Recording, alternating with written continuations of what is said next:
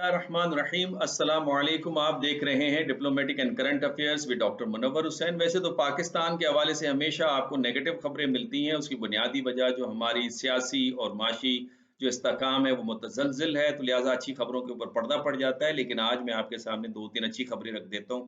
पहली खबर जो है, खुजरात जो राहदारी है चाइना और पाकिस्तान के दरमियान में, खुजरात पास के पास वो दो तरफ़ा तजारत के लिए इस्तेमाल होती है, उसकी तजारत की बहाली के लिए उसके इंतज़ामात मुकम्मल हो चुके हैं, जो कि खुशाइन खबर है। जिस तरह हमने ईरान के बॉर्डर के ऊपर भी 5 सेंटर्स को कायम किया और उसके हमें पॉज़िटिव असरात नज़र आ रहे हैं पाकिस्तान और ईरान की तजारत के ऊपर।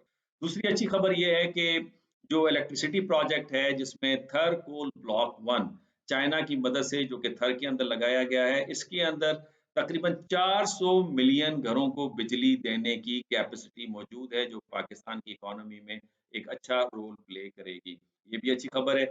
तीसरी अच्छी खबर ये मैं देता आपको चलूँ कि वैसे तो हम सुनते हैं कि भारतीय जो शहरी हैं वो मुख्तलिफ ग्लोबल ऑर्गेनाइजेशंस के या मल्टीनेशनल कॉर्पोरेशंस के सीईओ की हैसियत से उन्होंने चार्ज संभाली है, तो पाकिस्तान की भी एक और बल्कि ग्लोबल के leading scholar academic known professor doctor Adil Najam उनका नाम चुना गया है, उनको चुना गया है as a new president WWF, और इसका ऐलान ग्लैंड स्विट्जरलैंड में 3 अप्रैल 2023 को हुआ, जो पाकिस्तान के लिए एक इज्जत का बाइस है।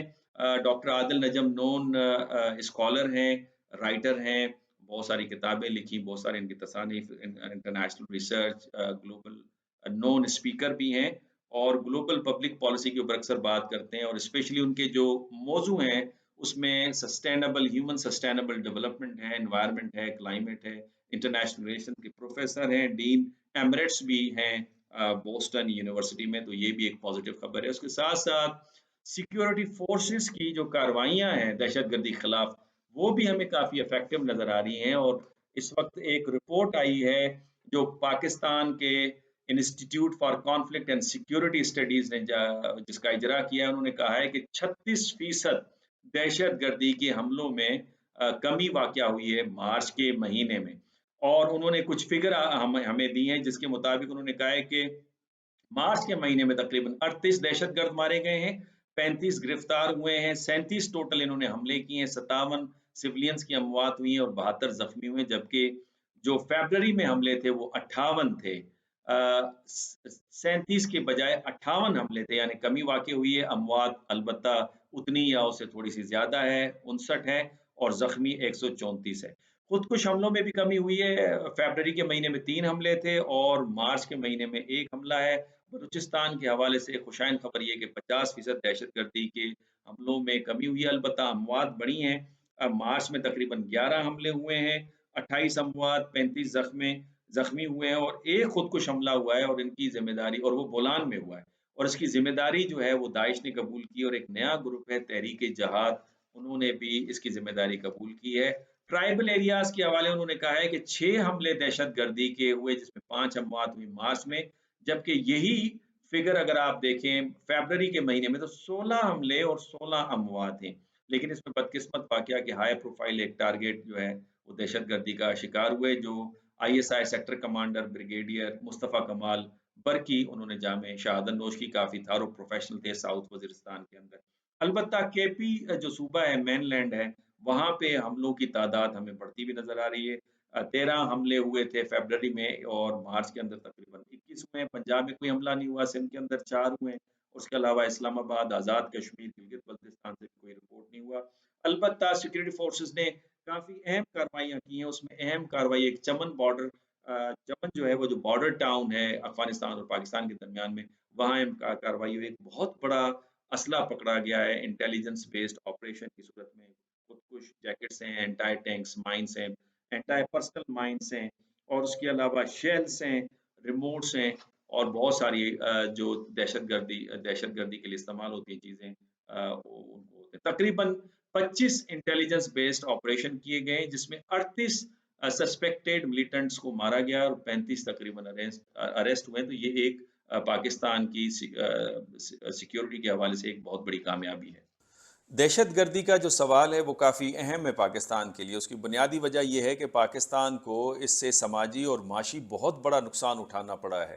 آپ اسے اندازہ کیجئے کہ 70,000 سے زیادہ سویلین اموات اور سیکیورٹی فورسز کی بہت ساری شہادتیں، اس کے علاوہ معاشی طور کے اوپر تقریباً $150 بلین کا ہم نے نقصان اٹھایا. اور اب بھی جو دہشت گردی پاکستان کے اندر ہو رہی ہے اس کی وجہ سے جو معاشی غیر استحکام ہے، اس کا استحکام متزلزل ہمیں نظر آتا ہے.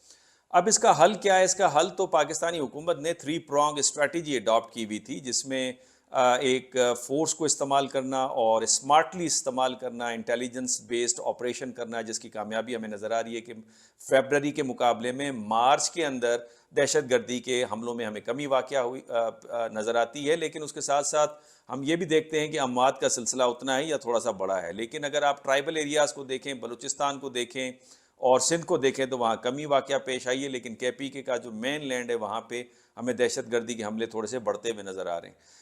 ایک تو ہم نے فورس کو استعمال کیا، اس کے نتائج نظر آ رہے ہیں. دوسرا یہ کہ نیگوسیشنز کے ذریعے کچھ لو اور کچھ دو، اس کے بارے میں بھی میرے خیال میں کسی وقت میں ہم نے کوشش کی تھی، اور اس کے کیا نتائج نکلیں وہ ابھی تک میرے سامنے غیر واضح ہے. لیکن تیسرا جو سب سے زیادہ اسمارٹ اور ایڈوانسڈ جو سمجھی جاتی ہے اسٹریٹجی، کہ کانفلکٹ کو کنورٹ کس طرح کیا جائے اور پیسفل سٹیزن کس طرح بنایا جائے، تو اس حوالے سے پچھلی رجیم نے کچھ ایفرٹس ڈالی تھی، جس میں وہ معصوم ذہن جن کے ذہنوں کو دہشت گردوں نے پرانگدہ کیا ہوا تھا، ان کو لا کے، ان کو برین واشنگ کر کے، ان کو دوبارہ مین اسٹریم سوسائٹی میں ریہیبلیٹیٹ کیا. اس کے علاوہ میں یہ سمجھتا ہوں کہ ایک ہمیں ایکسٹرنل اسٹریٹجی بھی رکھنی پڑے گی، اسپیشلی وہ ان ممالک کے ساتھ جن کے سٹیکس ہیں افغانستان میں، اور وہ سارے نیبرنگ اسٹیٹس ہیں. اس میں ایران بھی ہے، سینٹرل ایشین اسٹیٹس بھی ہیں، چائنا بھی ہے، رشیا بھی ہے، اور امریکہ سب سے بڑا اسٹیک ہولڈر ہے. امریکہ نے 20 سال دہشت گردی کے خلاف ایک مقابلہ کیا، ایک جنگ کی، اور $3 ٹریلین کے قریب اپنا پیسہ وہاں پہ لگایا. تو میں سمجھتا ہوں کہ اگر کوارڈینیٹڈ ایفرٹ ڈالی جائے، افغانستان کی حکومت کو بھی پریشرائز کیا جائے کہ وہ ٹی ٹی پی اور دہشت گرد جو عناصر ہیں جو افغانستان میں پنپ رہے ہیں یا ان کی محفوظ پناہ گاہیں ہیں، کمین گاہیں ہیں، ان کو نیست و نابود کرے یا ان کو ختم کرے یا ان کے خلاف کارروائی لے. اور اس کے ساتھ ساتھ یہاں پہ انٹیلیجنس بیسڈ کوآپریشن بھی ہو، تو میں سمجھتا ہوں دہشت گردی کے مسئلے پہ ہم فوراً قابو پا لیں گے. بیکاز دہشت گردی کو جاری رکھنے کے لیے کمک کی ضرورت ہے، سپورٹ کی ضرورت ہے. تو وہ سپورٹ اس وقت طالبان حکومت سے کسی حد تک ہمیں ملتے ہوئے نظر آ رہی ہے. اس طرح کی کاروائیاں نہیں کریں جس طرح کہ انہوں نے پہلے وعدے کیے تھے. اس کے اوپر واشنگٹن بیس تھنک ٹینک کی بھی رپورٹ تھی کہ طالبان جو ہیں وہ ٹی ٹی پی کے لیے نرم گوشہ رکھتے ہیں اور کارروائی کرتے ہوئے نظر نہیں آتے. اس کے علاوہ جو امریکہ کا فوراً انخلا ہوا تھا اور پیچھے جو ہتھیار رہ گئے تھے، وہ بھی ان کے لیے ایک کمک ثابت ہو رہی ہے، جس میں لیٹسٹ ویپن ہے جس کو وہ استعمال کرتے ہیں، اور سیکیورٹی فورسز نے انہیں پکڑا بھی ہے. تیسری جو اہم اس کے پیچھے وجہ ہے، جو سپورٹ ہے، وہ ہوسٹائل کنٹریز کی انٹیلیجنس ایجنسیز ہیں جو ان کو کمک پرووائڈ کریں. اس کے حوالے سے پاکستانی حکومت نے ڈوزیئر بنا کے یونائٹڈ نیشنز میں بھی جمع کروایا، اور اس کے ساتھ جو بڑے ممالک ہیں جس میں امریکہ بھی ہے، وہاں پہ بھی میرے خیال میں اس کا ایکسچینج ہوا اور بات چیت ہوئی. فارن آفس نے اس کے اوپر کافی دفعہ بیانات بھی دیے. تو میرا خیال ہے کہ اگین 3 پرونگ اسٹریٹجی کے ساتھ ایکسٹرنل فرنٹس پہ، اسپیشلی ان ممالک کے ساتھ جن کے اسٹیکس ہیں افغانستان میں، ان کے ساتھ مل بیٹھ کے کوارڈینیٹڈ ایفرٹ کے ذریعے ہمیشہ کے لیے دہشت گردی کے اوپر قابو پایا جا سکتا ہے. آج کے لیے اتنا ہی. اگر آپ کو یہ ولاگ پسند آیا ہے تو آپ اسے لائک بھی کیجئے، شیئر بھی کیجئے، اور اس چینل کو سبسکرائب بھی کیجئے. اگلے پروگرام تک اجازت دیجئے. اللہ حافظ.